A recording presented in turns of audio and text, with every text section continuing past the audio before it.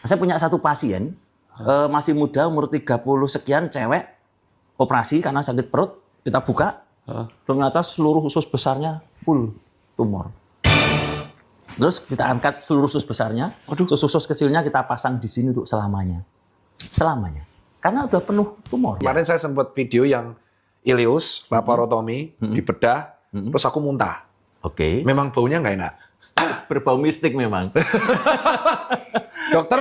Dokter berarti sudah sering menangani kasus ileus. Kalau saya nggak bau itu, malah pusing. Malah pusing. Lah cicilan saya. Saya mau tanya dok, nih pasien itu sempat nganggep itu nggak kejadian benar. Jadi pasien nganggapnya tuh edukasinya mereka nyampe. Yang anak muda tuh jadi makannya tertata. Gara-gara aku buat edukasinya gini.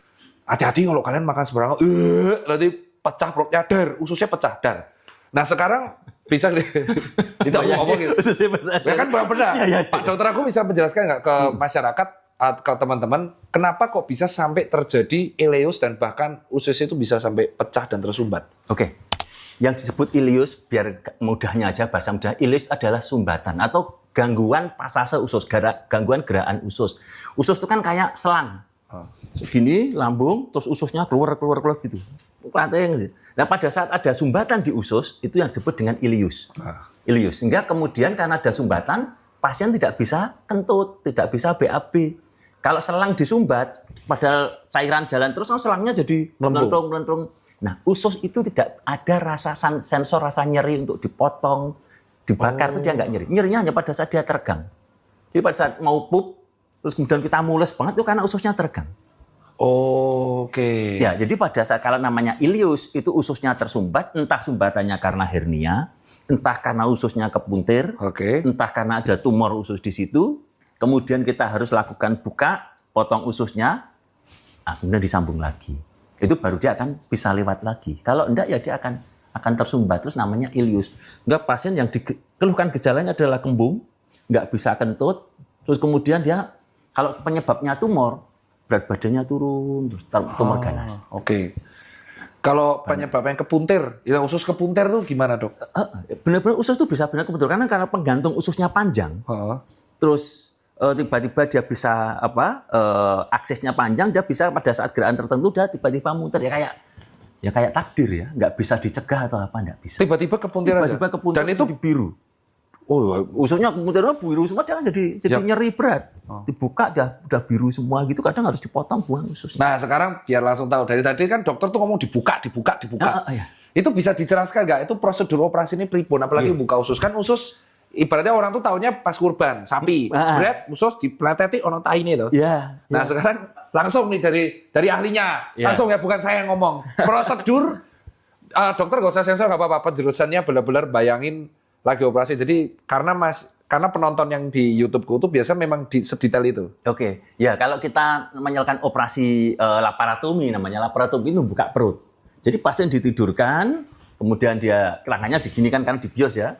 Terus ini ditutup kain. Jadi saya masuk kamar operasi biasanya sudah tertutup kain, jadi saya nggak lihat organ yang lain. Terus setelah ditutup kain nanti di udel ini, sepanjang ini kan ada udel nih. Dari sini kita grek, inspires terus sampai ke atas. Terus sampai atas, kan kulit terus kemudian lemak, bawah kulit, terus kemudian ketemu fasia, ketemu lapisan yang tebal kayak kertas gitu, ketemu bawah namanya peritoneum yang tipis banget. Itu yang melindungi usus CS. Dan di ususnya itu semua steril, semuanya steril. Yang ada nggak steril hanya di dalam usus. Ada sisa makanan, kotoran, gas dan lain-lain. Setelah dibuka nanti kita ketemunya usus, dan cantiknya kayak siapapun, gantengnya kayak jenengan siapapun, itu dibuka semua isinya sama. Usus, terus kemudian itu bersih, wangi, nggak wangi ya, nggak ada baunya ya.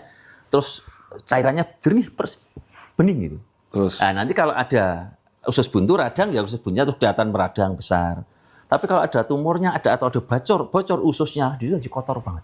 Banget. Kalau ususnya bocor, usus bisa bocor kah? Bisa. Kebanyakan yang bocor lambung.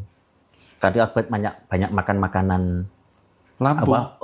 Makan obat ini. Obat anti nyeri. Yes. Bolong.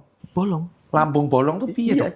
Minum pil kecetrit, minum jamu-jamuan anti nyeri setiap hari. Ya biasanya kalau ada pasien laki-laki rata-rata, kembung datang, kembung terus buka ususnya ketemu di situ kotor banget warnanya agak hijau berarti lambungnya itu. Kita ke atas lambungnya bolong. Asam lambungnya sampai keluar basi usus. Ya. Rusak ususnya. Ya, biasanya kalau kita tanya pas mau operasi itu, Bapak senang minum jamu-jamuan, senang minum obat-obatan yang anti rasa nyeri?